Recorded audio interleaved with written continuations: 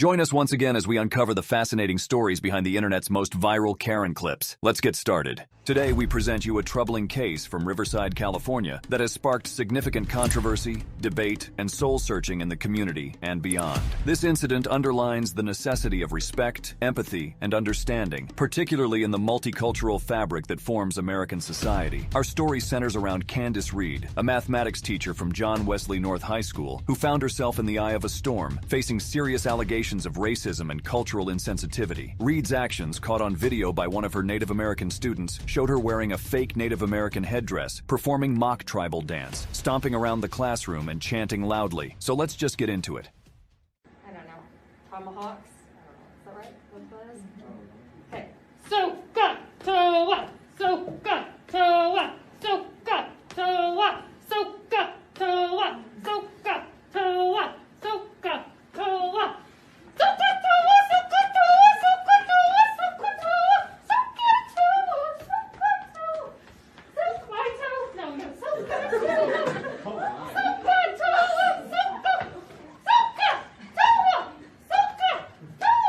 So what she's shouting here is a mnemonic device to remember how to properly set up equations utilizing the trigonometric functions in order to solve for unknowns within a right triangle. The problem here is that she's trying to associate the acronym with Native language and culture, when in reality it's not even related to Native American history. She acted like this because she thought it sounded Native American and assumed it was okay for her to do that. But all she did was mock the Native American culture instead. It's inappropriate for the classroom and can offend many students even if the teacher was initially well-intentioned. Also, apparently she was doing this for years, but I'll get into it a bit later.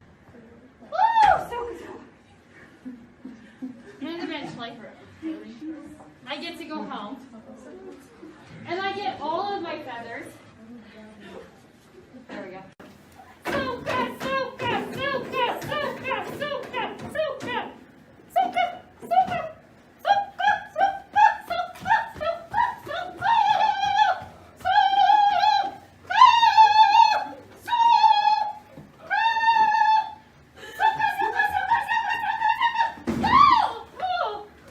I don't understand if this is the act teachers nowadays have to put up to receive attention from their students, but at first glance this behavior is extremely over the top. Why does she feel the need to scream and run around? Also, aren't there any classrooms besides this one? Because honestly, other teachers must be tired of her shenanigans as well. Good thing that one of the students, feeling uncomfortable and violated, decided to record the spectacle. Because when the footage was shared on social media, it didn't take long before it went viral. Oh man! I just hurt my toe.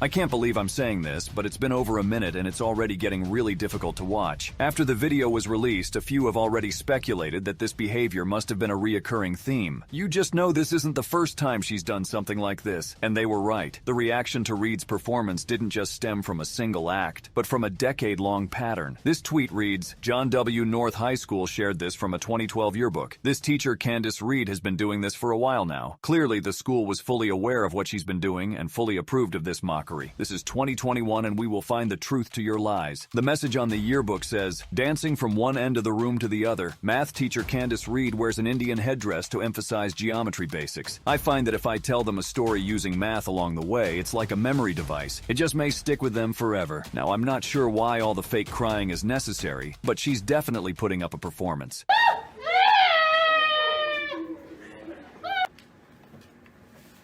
Water goddess, again, I ask you, please tell me the secret of the enchant. Please. And then I hear. Because obviously this is ridiculous. She's not wrong there. Obviously, this is ridiculous is a fair summary of whatever just happened here, actually. But if we run it back, in the last few lines, she was quote-unquote praying to a Native American deity she probably knows nothing about, and then afterwards said that the practice is ridiculous. This is extremely insensitive to the Native American culture. While some may argue that Reed's intentions were benign, to create a memorable learning experience, the ensuing backlash and outcry from the community painted a different picture. Reed's actions were seen as a gross mockery and misrepresentation of indigenous culture culture. After all, the practice of playing Indian has long been a source of pain for indigenous people, a reminder of historical disrespect and systemic racism. Online platforms became flooded with comments condemning Reed's actions, highlighting the broader issue of cultural insensitivity in the education system. As the video spread across social media, it ignited a wave of anger, demands for justice, and protests, both within the Riverside community and from the Native American population. After video shows a teacher wearing a headdress while stereotyping Native Americans during class. Come out and join us. We are here for you. Native American protesters lined the sidewalk outside John C. North High School in Riverside. Totally disgusting, had no place in a school classroom, actually has no place anywhere. Local legislators are also publicly condemning the teacher's behavior, as well as some North High students. She was making fun of their religious beliefs and their ceremonial traditions and stuff. And I also thought it was really offensive. The Riverside Unified School District quickly responded. A recording of one of our teachers has been widely circulated on social media. These behaviors are completely unacceptable and an offensive depiction of the vast and expansive Native American cultures and practices. Her actions do not represent the values of our district. The teacher has been placed on leave while the district conducts an investigation. The Riverside Unified School District values diversity, equity, and inclusion and does not condone behavior against these values. We are deeply committed to implementing inclusive practices and policies that honor the rich diversity of our district and the greater region. We will be working with our students, families, staff, and community to regain your trust. The community's response to the incident was powerful. Indigenous people across the globe were able to relate to this type of cultural offense. The united front formed by activists, community members, historians, and indigenous people served as a testament to what can be achieved through collective advocacy. Their dedication and perseverance led to real action being taken against Reed. But more importantly, it sparked a broader conversation about cultural sensitivity in education. Now they asked us twice to move to the sidewalk, but we're not going anywhere. We're going to stay right here. Protesters outside Riverside Unified School District headquarters demanding the immediate firing of a math teacher captured on video doing this. I see a lot of conversation about this is a mistake, this was not intentional, and yet she twisted the words to suck a toe and then suck my toe. That tells me that was a conscious decision to disrespect the culture. Reaction from leaders after meeting with district officials asking the teacher be fired within a week at the latest. But they have not fired the teacher. Cut the check for the indigenous. As much as we asked for it, we even said, well, isn't this considered a hate crime? Yes.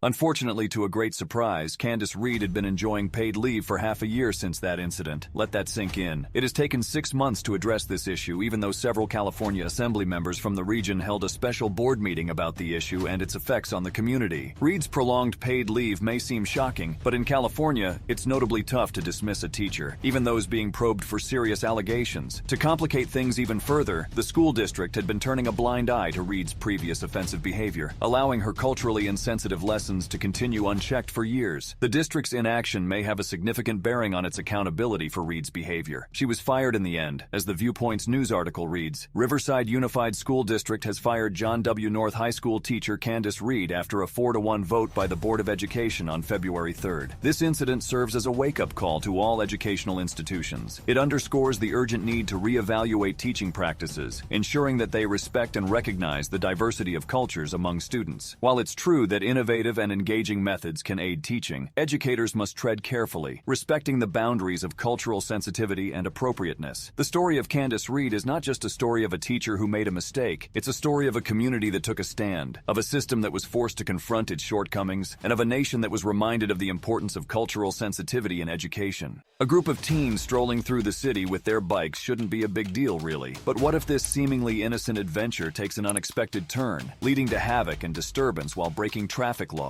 Today, we delve into the heart of a gripping incident that unfolded in the streets of Perth Amboy, a scenario where teen cyclists found themselves at the center of heated debates and rather contrasting opinions. In the heart of Perth Amboy on an ordinary day, the city streets played host to a group of teenage cyclists. Full of youthful vigor and excitement, they set out on a journey that would soon challenge the norms and push the boundaries of road rules. As the wheels of their bicycles spun, they seemed to be embracing the carefree spirit of adventure. It all began with a video video that would soon go viral on Reddit, capturing the teen cyclists in high spirits, pedaling joyfully through the neighborhood. Tagging along. What time is it? 1 p.m.? It's like 1 p.m. something. It is 109. 109. I'm gonna go to like 4 towns, I think. But not yet. We're chilling.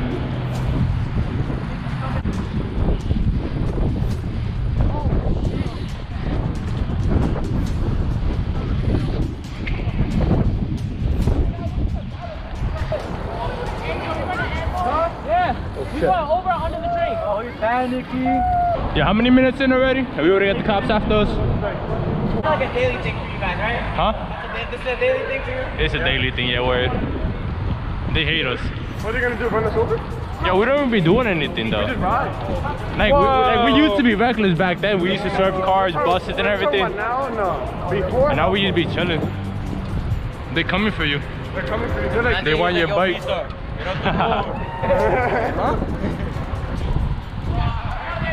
They plotting. Yo, we're not going to the waterfront?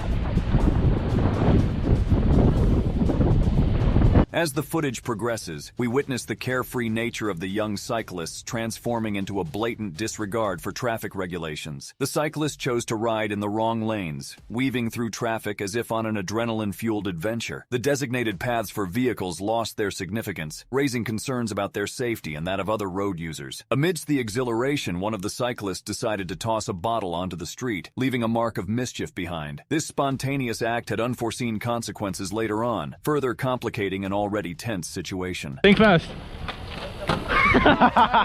He had it. Wow.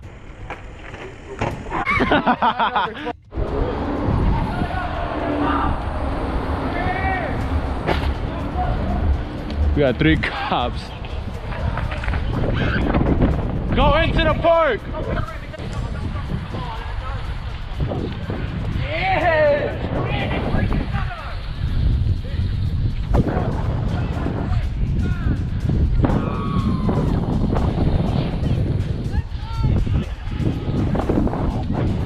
Yeah, we outside.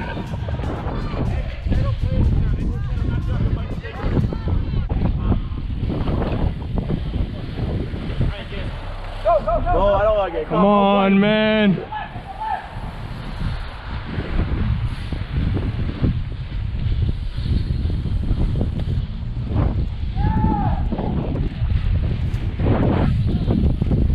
They dipped.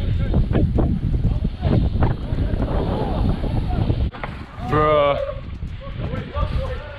Go ahead. Get crazy, get crazy.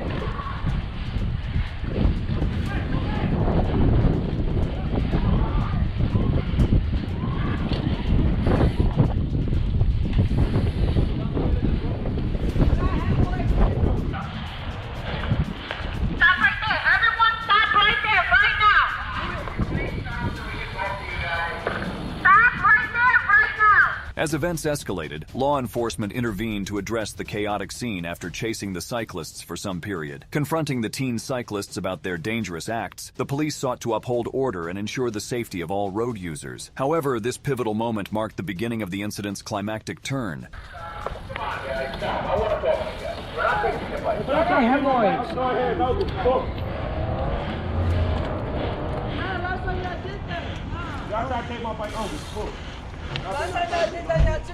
No.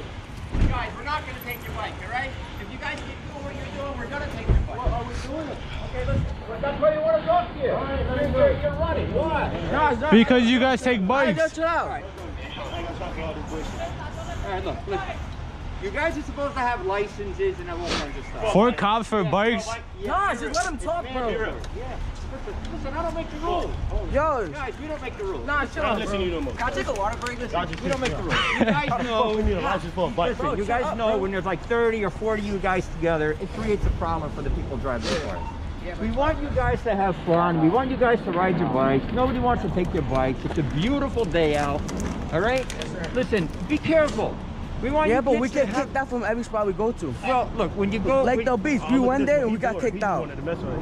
Yeah. All right, listen, when you roll like 40 deep or 30 deep and you guys are in the middle of the streets and causing cars to move over for you guys, you know we're going to come here and talk to you guys, right? I mean, listen, these bikes are not cheap bikes, all right?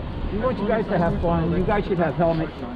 You guys are supposed to have, yeah, I see you do. I'm just saying, you know, you guys are supposed to have licenses. He's being chill, bro. So look, I just want to give you guys fair warning. If you guys continue to drive crazy on the street, the police are going to take your bikes. I mean, there's a lot of us. Why would we ride on first? You're real. No, you know what I'm saying. Like in a whole pack and cutting people off and being dangerous to people. That's what we're after. So if we stay on our side, y'all ain't gonna mess with us? No. Listen, if you guys are orderly, you guys have the right to ride your bike and do what you want to do. But you know, where you at? You guys stop the rest too or not? Nah. Be considerate to the other cars. Where you going? You understand. There's only 6 of you guys. I bet go. 20 or 25 and you're stopping traffic. Yeah, just go, but watch out. Yeah. That's the problem. But peace out. You know what we're talking about. All right, we get it. I appreciate you guys stopping, okay? All right, I told you I promised you I'm not taking your bike. It's not taking your bike. But I'm going to tell you something. You guys got to be fair warned. You're going to have to get licenses for your bikes. Listen, we don't make them laws. The laws are made by the city people, and everyone's supposed to have them. I saw the money bag out of the They're working on doing that kind of stuff. But guys, please, just be a little safe for your safety, okay? All right, guys, I appreciate you guys stopping. Thank you very much. Okay. This is the last time I'm stopping. I saw that. That's how you gotta handle business out here. Yes, sir. Yeah, clap it up for him. Yeah. As the incident reached its climax, the consequences of the teen cyclists' actions were about to unfold. Law enforcement, bound by their duty to maintain order on the streets, made a striking move, seizing the bicycles involved in the mayhem. This unexpected turn of events left both the cyclists and the community in shock. No! Take their bikes. He just said no! What you mean? Wait, sir, I had he just said no! What you mean? Yeah, no, he just said no. We wasn't even here. She never talked to us. She never talked about it. You ain't get my bike. Okay. Well, people just said, look, he got something different off of all y'all. He just said no. Okay. No, you're not getting my bike. I advised 30 kids earlier today that they were not to be in the middle of the street. I advised. When was this? I'm on one. You're not getting my bike. I advised. You ain't put not $1 in it. And your mom could come back and get it. You ain't put not $1. And your parents could come and get it. You see $1? Did you put it all in it? You know what? Take their bike.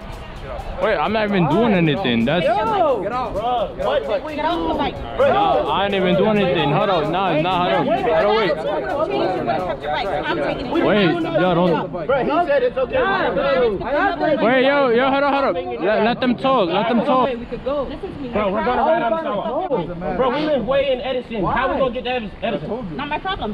Bro, how we gonna get to Edison? Sir, can you give us a break? Okay, well listen, look, I spoke to you guys on how it was.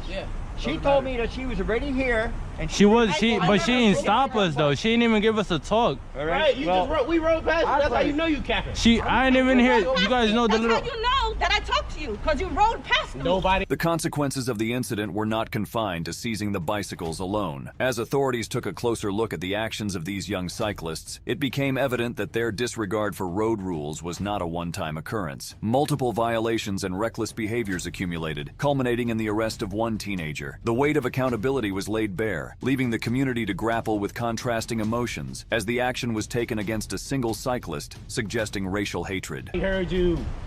Get off the bike, dude. Wait, let me search us on. Get off the bike. Let me search us on. Wait. Get off. Just take their bike. Yo. We're not. Get their name. And I told you guys are supposed to have licenses. Get off the bike. Listen, if the sergeant warned you guys about your bikes, then you guys are warned. Can I talk to you? I gave you You're gonna get arrested. I just got out of my house. Take my shit, cuz. You pissing me off, bro. Get off the bike. Get off the bike, you're gonna get arrested too. I just got off of my. I gotta get off, sir. Okay, well, there's another situation that happened before you guys stopped. For my house. And your man is out of control over there a little bit. And, you're gonna have to take his actions into consideration. Because we live way in Edison, what the fuck? We live way in Edison, cuz. We live way in Edison, what the fuck is you fucking with me for? Alright? Y'all see this, man? Over some bikes, bro. Y'all different. Why you so mad? Yo, I'm about to make sure I get all this on footage. I'm here for footage, that's it. I ain't talking to none of y'all. Back up. I'm 6 feet. You're not 6 feet. That's fine. Only your car is to come get your boat. That's crazy, man. Hey, the gator is still under. Yes, sir. You know that we told you guys to stay on the sidewalk.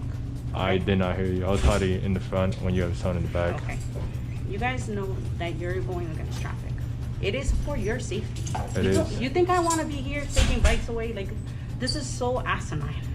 Like, we have so much better stuff to do with our time. We really don't want to be here. But we just stopped another group doing the same thing. We can't do this all summer, okay? And technically, if I wanted to be an asshole, is your bike registered with us? I don't have to give it back to you. You have the receipt to prove that that bike is your bike? I don't have to give it back to you. But I'm not gonna do that because that's not the point of this. The whole point of this is I don't want to call parents and say, dude, your kid got hit by a car. Yeah. That's it. Like, we want you guys out there having fun, but the right way.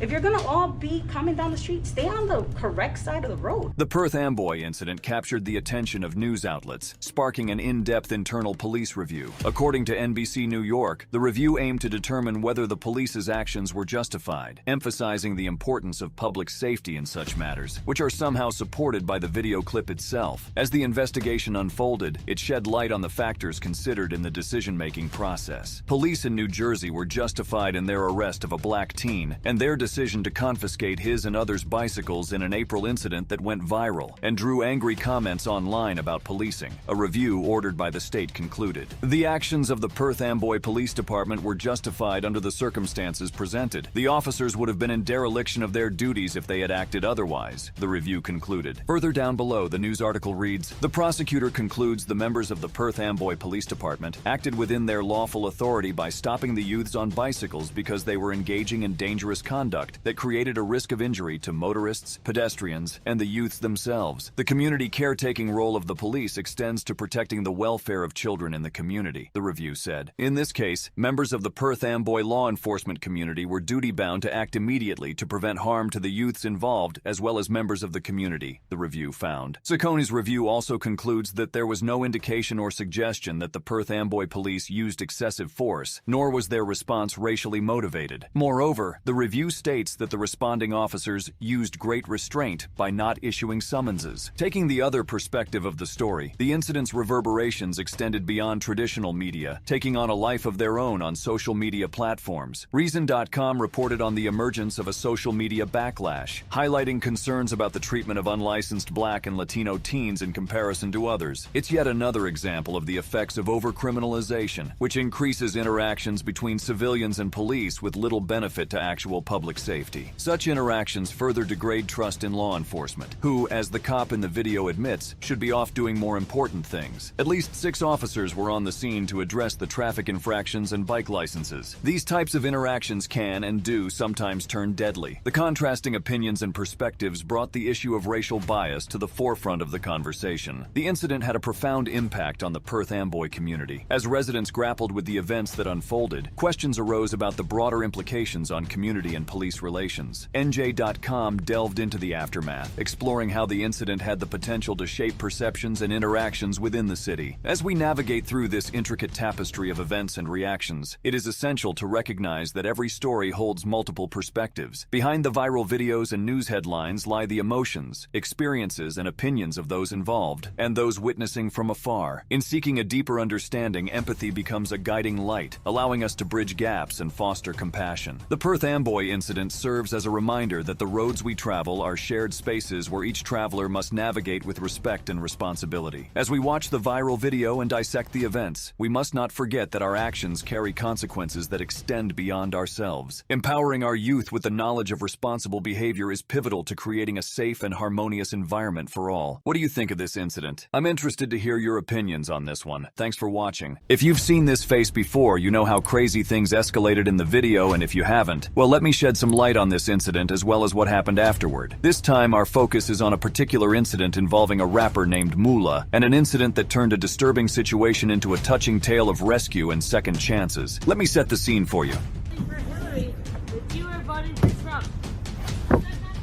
Don't f***ing touch my car.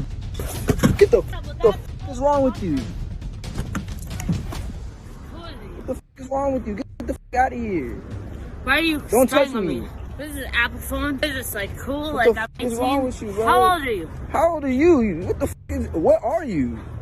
An evil piece of shit. While waiting in his car for a friend to come out of a dispensary, a visibly distressed woman appeared out of nowhere. The woman, clutching a Belgian Malinois puppy, hurled a barrage of incoherent rants towards the rapper, and then proceeded to bang on his car hood. The rapper said in the interview that when he was pulling out a phone, the woman approached the window and slapped him. We have to give props to him for remaining his composure, because if it was someone who's easily provoked, this could have definitely ended with her in a hospital or even worse. Go.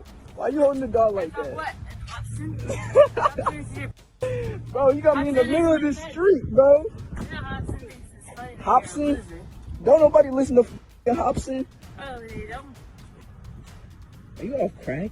Let's delve a bit deeper. You see, what's so peculiar about our Karen here isn't just her lack of social grace. It's the complete disregard for anyone but herself. Some commented that she was high on drugs, but after digging a bit more, she was supposedly having a tough episode. Here's one comment saying, from the original video that was posted and went viral, she wasn't high on drugs. She is, if I recall correctly, severely bipolar. She was off her meds and was having a very shitty mental episode far from her control. I'm not a doctor, but her behavior does indicate that she might be off her meds. Slurred speech, not blinking for 2 straight minutes. Clearly something's not right. Are you on the tri-suit? Back up. See these rings? I'm rich. Exactly. What do you have, love in your life?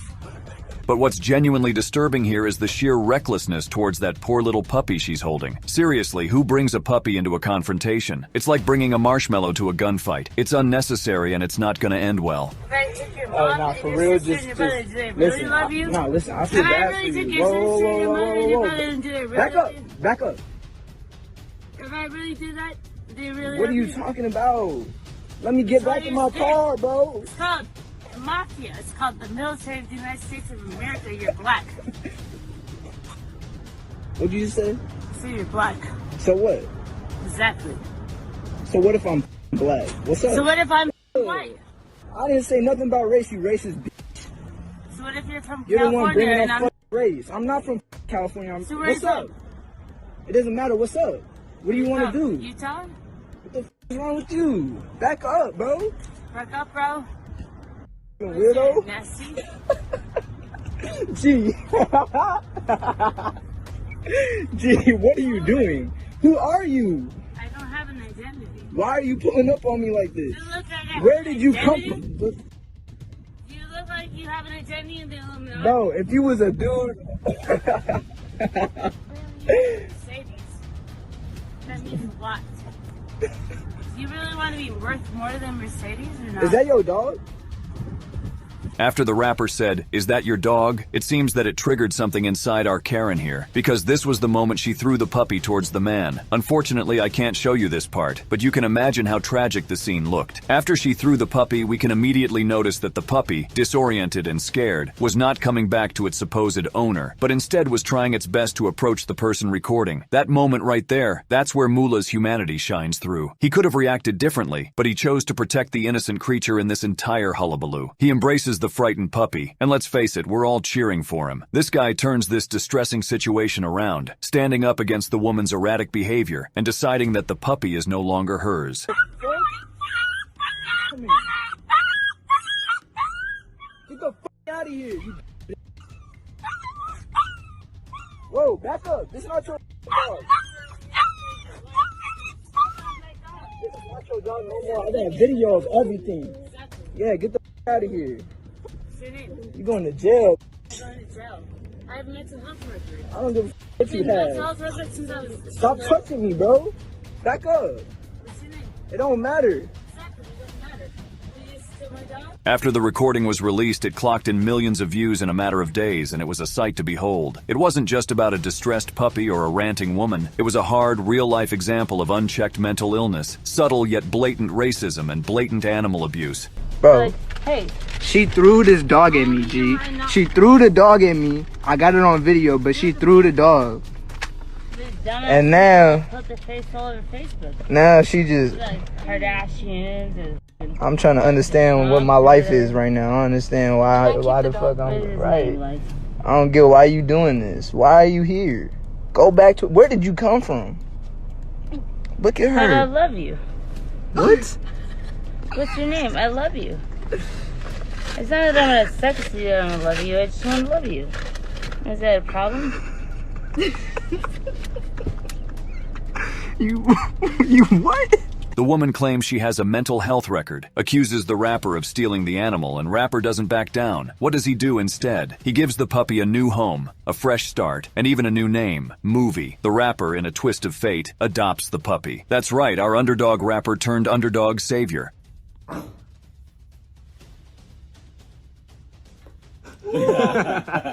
After the incident, he also set up a GoFundMe to provide for her immediate needs, which reached its goal in a matter of days. As of now, the puppy is in good spirits, enjoying his newfound Instagram fame with over 100,000 followers. Truly a heartwarming end to this wild saga. Here's a follow-up video after the incident.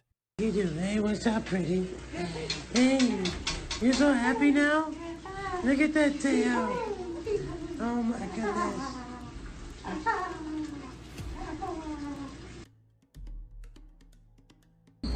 What's her name, gang? What's her name? She don't got a name yet. You still they name her? But look how happy she is, though. Look at that tail.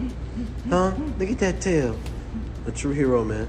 As for the Karen, as you've noticed, not once have I referred to her by her name because there's just no information about her. She was just a random person wandering the streets of California when a supposed episode struck her, and the situation escalated beyond our imagination. Here's Mula's take on what happened to her. Have you learned anything about who she is or what her whole deal? Somebody said that she got locked up right after. Like I seen a video. My manager showed me that they DM'd him, like a video of her on another block looking for the dog, like yelling at people. And they said that she got arrested. God. But I don't know if it's true.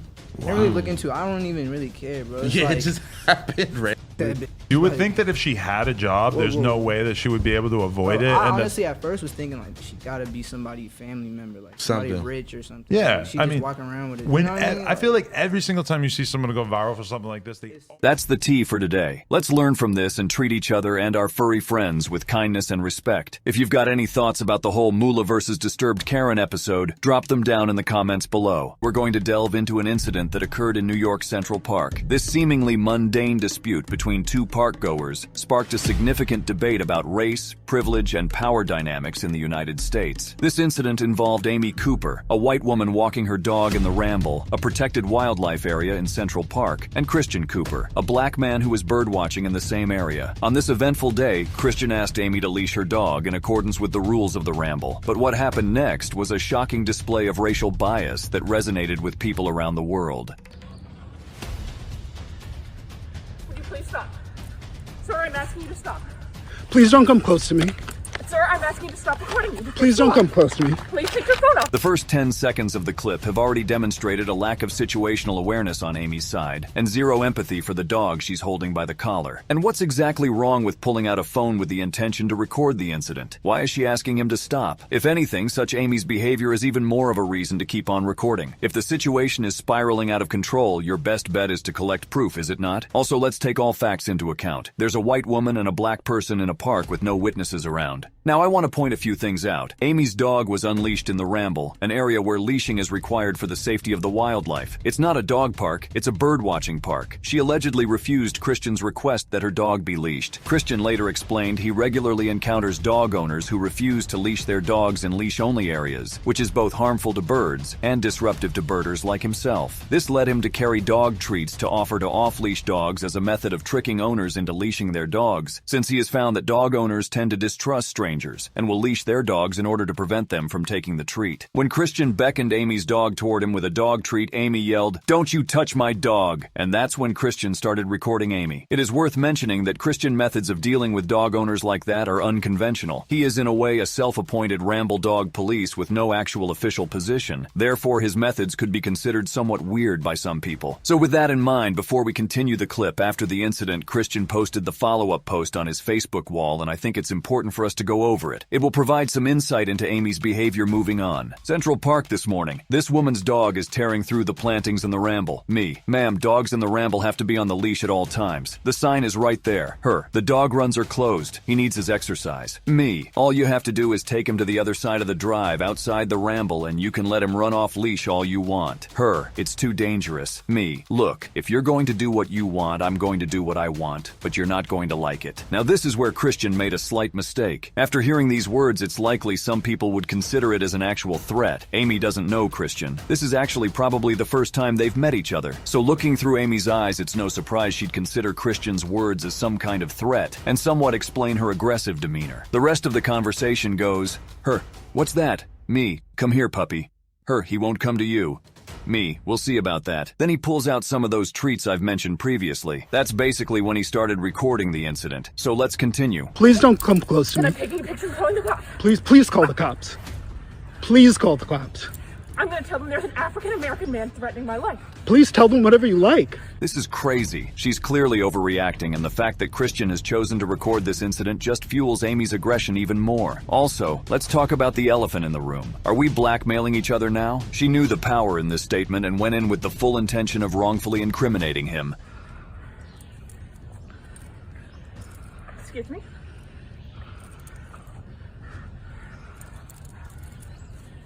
Also, this is a blatantly false police report. Don't worry, I'm going to comment on how she's treating the dog. But before that, honestly, people who make false police reports like this should be sentenced as if they are guilty of the crime they accuse the innocent party of, especially when it's so clear that Amy had malicious intent by trying to call the police. Amy straight up said, "I'm going to tell them that an African-American man is threatening my life. How reckless can you be?" And this was intentional as well. Now let's roll back a bit. Excuse me?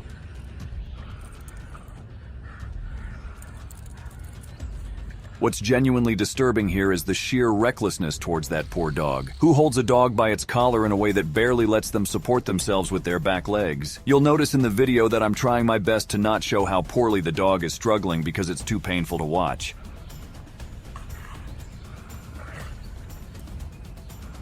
I'm sorry, I'm in the Ramble, and there is a man, African American, who has a bicycle helmet. He is recording me and threatening me and my dog. There is an African American man. I am in Central Park. He is recording me and threatening myself and my dog. And my... I'm sorry, I can't hear you either. I'm being threatened by a man in the Ramble. Please send the cops immediately. Apparently, Christian is threatening the dog and Amy. But as we see in the clip, in the past 30 seconds, Christian did nothing but breathe while she was progressively accelerating the situation by putting on an act that her life is in danger. We can see that because she's continuously shivering her voice to appear more victimized and raising her voice to imply a cry for help. I'm in Central Park in the Ramble. I don't know. Thank you.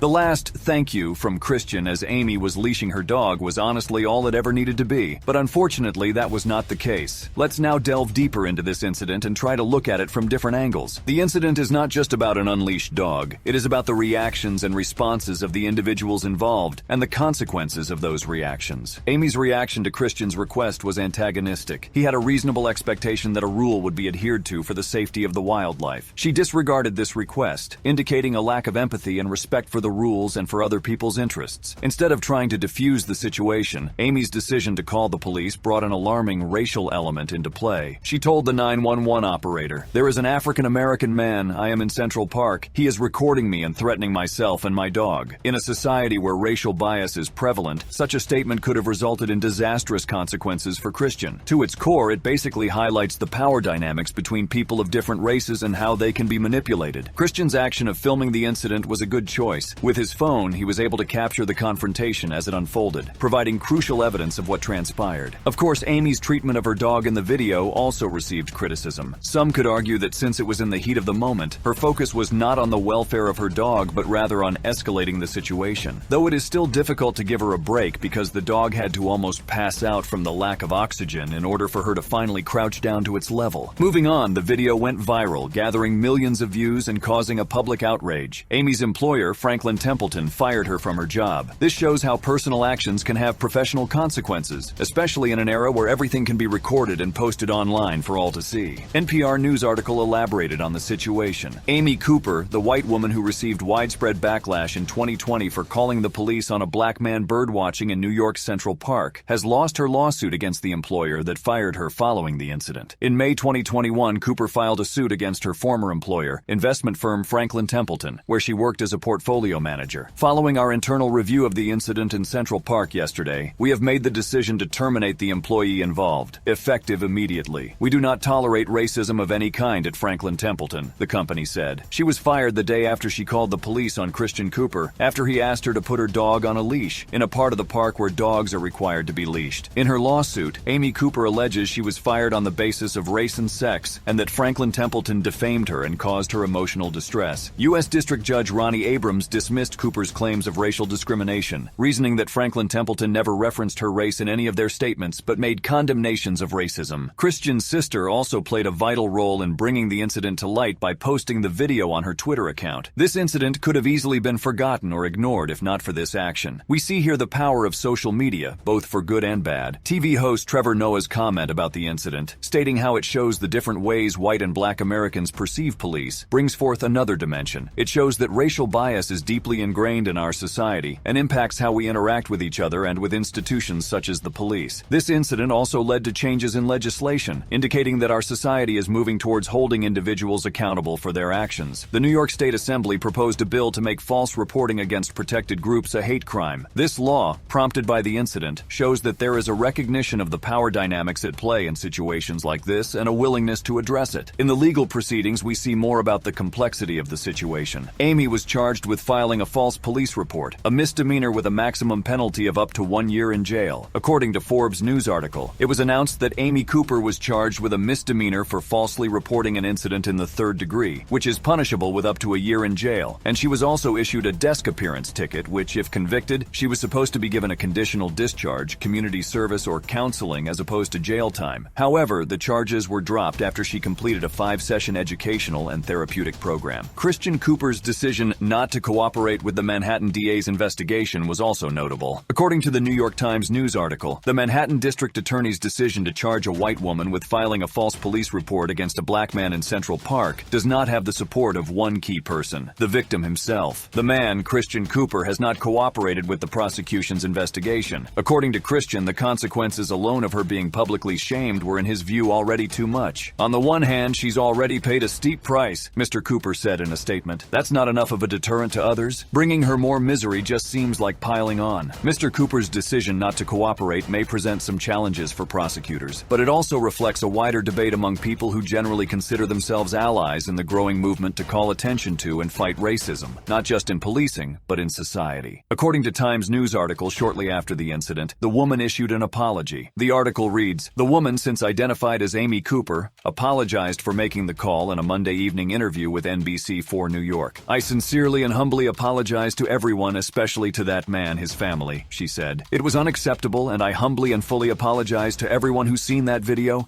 everyone that's been offended, everyone who thinks of me in a lower light, and I understand why they do. When I think about the police, I'm such a blessed person. I've come to realize, especially today, that I think of the police as a protection agency, and unfortunately, this has caused me to realize that there are so many people in this country that don't have that luxury," she added. Christian responded in an interview. Here's what he had to say. I do accept her apology. It's a first step. I think she's got to do some reflection on what happened. You know, up until the moment when she made that statement and made that phone call, it was just a conflict between a birder and a dog walker. And then she took it to a very dark place. And I think she's got to sort of examine why and how that happened. And I want to move it a little bit beyond her, because it's not really about her. It's about the underlying current of racism and racial perceptions that has been going on for centuries. This shows a great level of compassion and a desire to address the root cause of the issue rather than focusing on individual punishment. As for what happened to Christian Cooper, well, to our pleasant surprise lately, he's been working his own National Geographic show on birdwatching. CNN Entertainment News article reads, birdwatcher Christian Cooper was thrust into the spotlight in 2020 when he filmed a racially charged encounter with a white woman in New York Central Park. Next year, he'll be back on television on his own terms to showcase his passion for birdwatching on National Geographic. Cooper will host a series Extraordinary Birder, which National Geographic says will take viewers on a journey through the wild, wonderful, and unpredictable world of birds around the U.S. Cooper, 59, told the New York Times that National Geographic reached out to him about a potential series a year and a half ago. I was all in, he said. I love spreading the gospel of birding. A National Geographic spokesperson told CNN the show will premiere in spring of 2023. When CNN reached Cooper by phone, he declined to provide additional details,